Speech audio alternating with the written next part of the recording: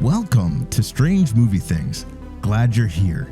If you are new to this channel, we are all about diving into the strange, layered corners of film and television, the plot mechanics that hide in plain sight, and the story signals you weren't meant to see the first time around. So, sometimes we decode, sometimes we rerun, but always, we look closer. And right now, we're in the middle of a multi-part series decoding Stranger Things. Not just as a sci-fi show, but as a reroll, a loop, a campaign with its own broken rulebook, and a board that never really cleared. So, if you're just joining us, this isn't a prediction channel, it's a memory map, one that believes Season 5 won't just continue the story, it'll rerun it, echoing back to the game that started it all in Season 1, Episode 1. And in this episode, the song, we tune into something new. Not a twist, not a monster, not even a voice, a frequency. Because Max is still, the system is stalled, and the board hasn't shifted in days. But Dustin, he hears something. Not a plan, not a strategy, a pulse. And in a world where signals mean survival and memory responds to emotion, he plays the one thing collapse can't counter: music. And this is evident throughout Stranger Things in a number of ways. Like in Season 1, Will's echo called through the Christmas lights. We see the flicker. Will is calling to his mom, and he gets a response. This happens through pattern. This happens through music. Again, pointing back to the song, Should I Stay or Should I Go? It was calling. In Season 2, Bob's advice anchored Will's static fields. Bob understood what was happening. He saw the pattern. Music is all about patterns and emotion. And in Season 4, Max's memory saved by music and its emotional signal. Keep running up that road, keep running up that hill. It saved her. The music in this world isn't background. It's something that triggers the system.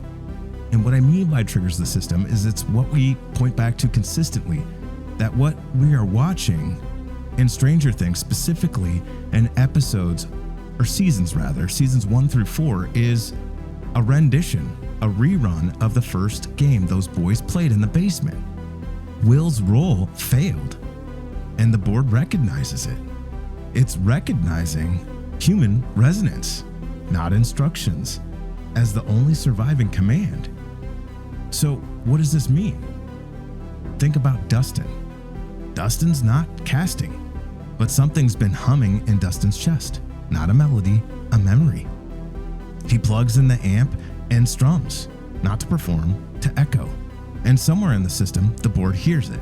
Now, I realize this didn't really happen, but if we think about Dustin's heart song, that's exactly what happened. Music has been here before. Max's rescue wasn't an accident. Kate Bush didn't save her, emotion did. The melody was key, a signal the system recognized, because music isn't background in this campaign that we're reliving. It's memory stored as a spell logic. Eddie's solo lives in fragments, dusty, distorted, unfinished. When Dustin hears it in his heart, it's an act of performance. It's a ritual echo of revival. I mean, we all long to see Eddie's return, and that may just happen.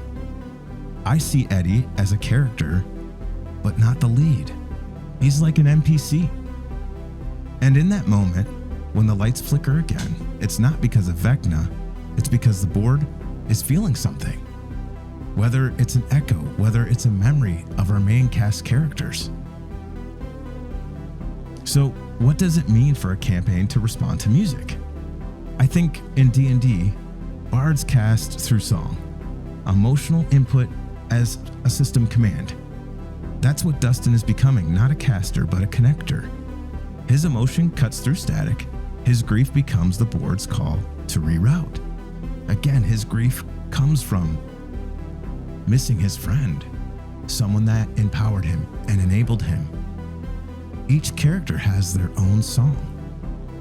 The song doesn't fix the loop, but it changes the rules. And from this point on, what starts here plays again in the break. And in season 5, the song won't echo, it'll command. The song equals emotional input recognized as a command. Board memory reacts to feeling, frequency. Music becomes a playable reroll mechanic, meaning it has a place. It's writing the story, it's playing over again in real time. So let's pull back for a second. Episode 4, the song, might have felt softer, less urgent, but what it's doing is no less essential. This one doesn't escalate the threat, it tunes the signal. And what that means is the board is going to continue to respond. It's going to continue to want to see the reroll happen. It's all about the timing, because this isn't an action episode, it's a resonance test. Here's the thing, in Stranger Things, music always and has and will always be a mechanic, not a metaphor. In season 1, Joyce uses the lights and sound to decode Will's position. In season 2, Jonathan uses music to ground Will during possession. Season 3, Susie saves the mission with the song. And in season 4, Max survives Vecna by anchoring to running up that hill. None of these are gimmicks. They're signal logic. Duffer Brothers mechanics disguised as emotional callbacks.